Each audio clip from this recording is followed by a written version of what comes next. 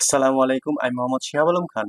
আমি আজকে আপনাদেরকে দেখাবো ডিএসসি তে লিস্টেড যে কোম্পানিগুলো আছে, এই কোম্পানিগুলোকে আমরা ক্যাটাগরি ওয়াইজ কিভাবে আলাদা করে পেতে পারি। আমরা জানি যে বিভিন্ন ক্যাটাগরি আছে স্টকের, A B G N Z.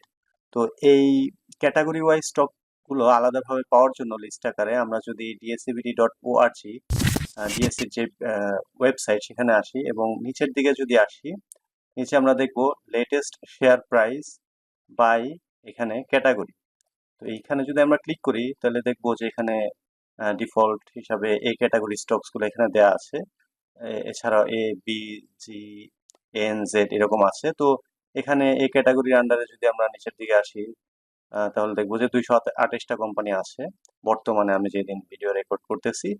বিতে আছে হচ্ছে 80টা কোম্পানি, জিতে নাই, যেহেতু গ্রিনফিল্ড এই ক্যাটাগরিতে বর্তমানে কোনো শেয়ার লিস্টেড হয় না।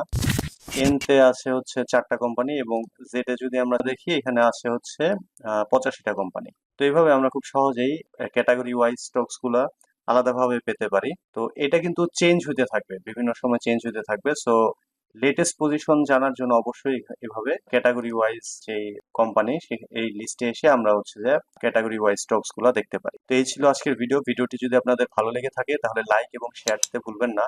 আরো নতুন নতুন ভিডিও পেতে চ্যানেলটি সাবস্ক্রাইব করে বেল আইকনটি বাজিয়ে রাখবেন। আর ফাইন্যান্স স্কুলের ফেসবুক গ্রুপে জয়েন করবেন, লিংক ভিডিও ডেসক্রিপশনে দেওয়া আছে। আসসালামু আলাইকুম।